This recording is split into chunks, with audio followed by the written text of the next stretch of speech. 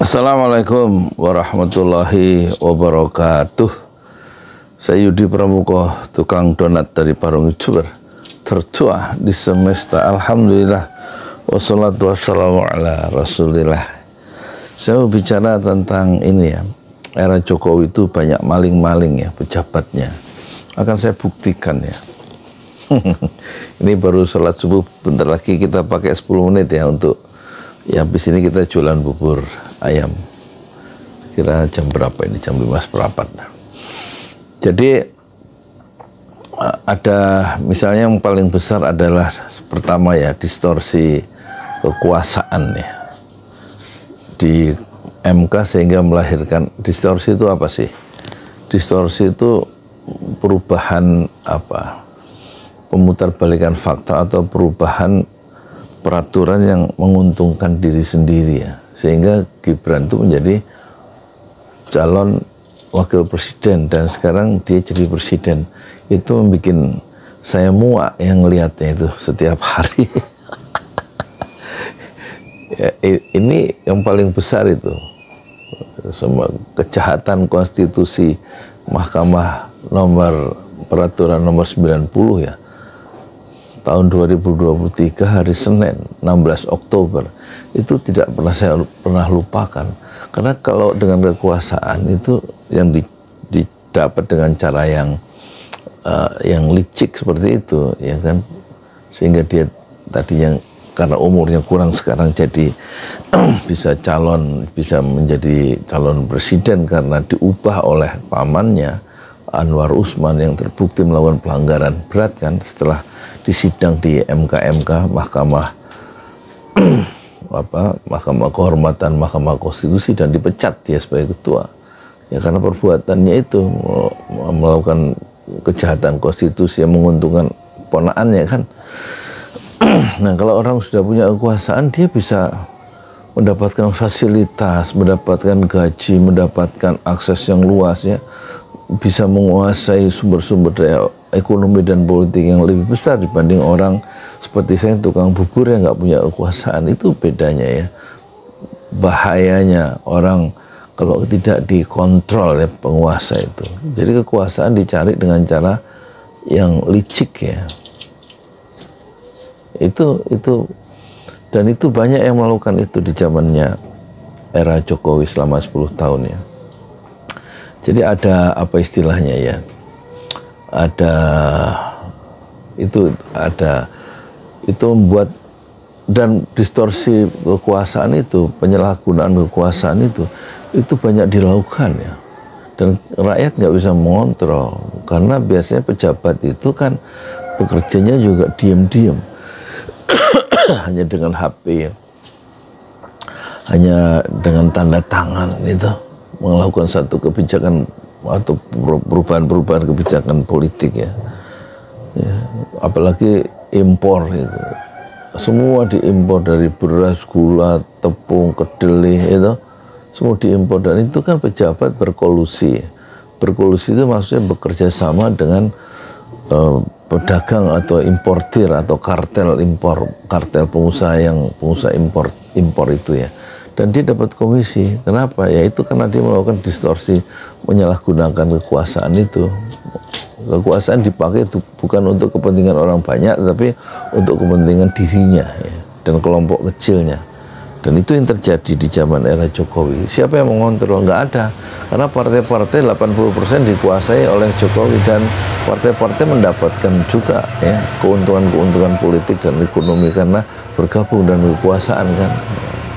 Oposisi yang gigit jari seperti PKS dan siapa itu Demokrat. Makanya sekarang Demokrat nggak betah, dia nggak tahan dengan oposisi, masuk ke Kim. Sebelumnya SBY masuk ke Kim dan dapat tuh jabatan Menteri ATR anaknya ya AHY.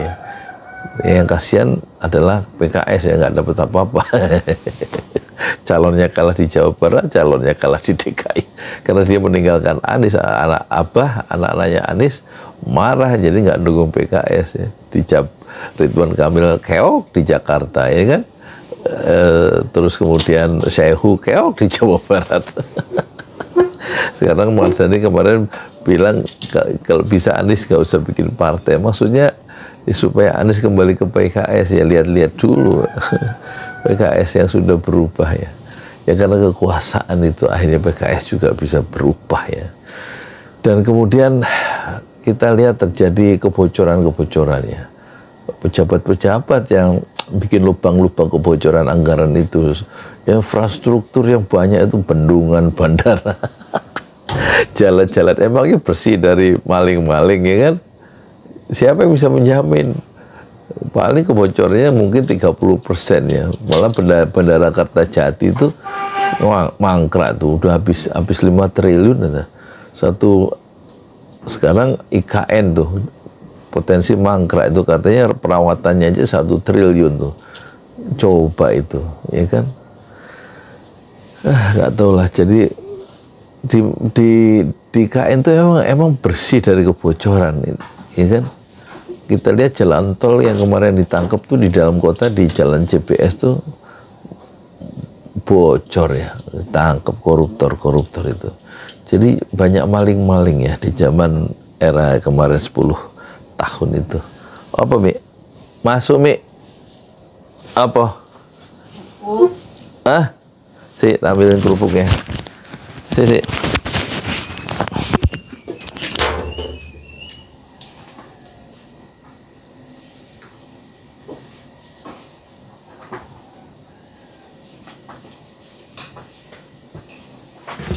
Goreng kerupuk.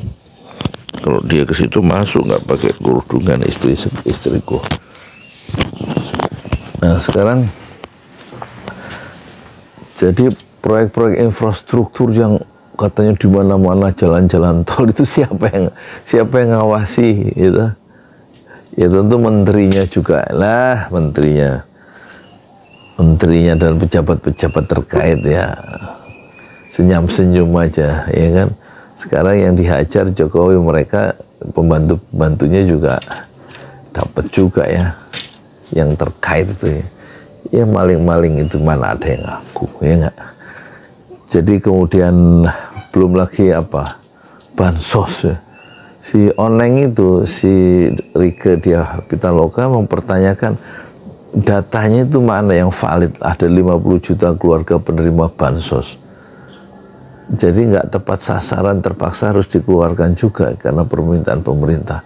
Itu siapa yang kontrol bansos yang ratusan triliun itu dan diambur-amburin dengan cara yang tidak akuntabel, yang nggak bisa dipertanggungjawabkan ya. Sampai bawah itu data-datanya ada yang hilang, ada yang dapat jadi nggak dapat, hilang di tingkat dari atas sampai bawah itu. Siapa yang mengontrol itu? Nggak ada. Makanya bansos ini jadi bancaan ya, pesta pora ya, dari atas sampai bawah. Rusak. Jadi maling-maling itu banyak, dari yang berdasi sampai yang nggak berdasi. Belum lagi soal pandemi itu dananya triliunan ya. Buat siapa? Bisnis masker, bisnis vaksin, bisnis APD, alat pelindung diri itu macam-macam itu. Itu kontrolnya, controllingnya dalam manajemen itu kan planning, organizing, actuating dan controlling. Controllingnya itu, kontrolnya itu yang lemah. Ya kalau perlu memang nggak usah dikontrol. Sejak dari pusat, sejak di parlemen nggak bisa ngontrol pemerintah kan. Kalau itu aja udah nggak bisa dikontrol karena sudah menjadi bagian dari semacam bagian dari rumpun eksekutif itu, si DPR atau parlemen itu nggak bisa ngontrol lagi karena partai-partai bergabung ya hampir 80%, ya nggak. Jadi kalau atas aja udah nggak ada semangat ngontrol kan, fungsinya DPR di samping anggaran adalah mengontrol kan kinerja dari eksekutif ya. Gimana ngontrol? Nggak ada oposisi sangat lemah ya. 80% di bawah ketiak penguasa ya kan, nggak bisa. Jadi kelihatan ya, tentu terus yang bancaan lagi itu di samping pandemi, bansos, terus kemudian banyak distorsi kekuasaan ya kan, itu apalagi yang peluang kebocoran itu ya di infrastruktur itu kan. Itu lagi apa ya, satu lagi itu ini loh, yang perusahaan-perusahaan yang dapat izin hilirisasi. Kata seorang pejabat, hilirisasi ini ya, adalah warisan terbesar yang paling hebat dari Jokowi. Ya tentu saja dia bisa ngomong gitu karena banyak. Ada sekitar 15.982, hampir 16.000 perusahaan Cina di Indonesia selama era Jokowi 10 tahun. Itu bagaimana ngontrolnya, izin-izinnya. Ya soal hilirisasi nikel dan lain-lain itu, ya paling kita tuh nggak bodoh-bodoh amat ya. Meskipun saya tukang bubur ini ya mereka pasti yang penguasa, maksudnya yang ngasih izin. Yang atas kayak yang bawah, ya dapat ini lah, golden share ya. Saham yang istimewa ya. Kalau nggak dikasih izin, nggak jalan tuh hilirisasi. Izinnya dari mana? Ya itu dari orang yang minta bagian saham itu berapa sekian persen ya. Dan itu orang Indonesia dulu waktu saya masih hubungan proyek di Departemen Agama, bukan saya tapi teman saya cerita, nilai proyeknya 300 juta ya kan. Ini orangnya yang cerita sendiri ke saya, kebetulan satu ruangan di kantor, dilimpahkan ke kita proyek itu, tapi si orang Kementerian Agama itu minta 20% dari nilai proyek, 60 juta masuk kantongnya dan nggak ada kwitansinya kan gitu. Kalau nggak mau ngasih 20%, proyek itu akan dikasih ke yang lain tuh. Kayak gini ini kan masih dipraktekkan ya. 20% dari nilai proyek, dapat 60% modal tanda tangan doang. Nah, sekarang bayangkan itu ada proyek ya 16.000 proyek Cina di Indonesia. Emangnya nggak ada bagiannya dari yang mengeluarkan izin satu. Terus yang lebih canggih, emang nggak ada golden share-nya, sahamnya itu yang istimewa, ya kan? Dulu ada istilah papa minta saham, ya kayak gitu itu, ya kan? Wah udah 12 menit udah. Terus pokoknya era Jokowi itu banyak pejabat-pejabat yang jadi maling gitu. Jadi kalau ada pejabat era Jokowi sekarang ngomong, kemarin saya dengar bahwa banyak maling, ya kan? Ada pejabat yang maling di zaman Jokowi, ya dia itu yang ngomong itu juga maling. Siapa namanya? Saya kasih ini aja ya, inisial ya, YP. Yudi Pramuko. Assalamualaikum warahmatullahi wabarakatuh. Mau jualan bubur dulu, jangan lama-lama. Udah 13 menit.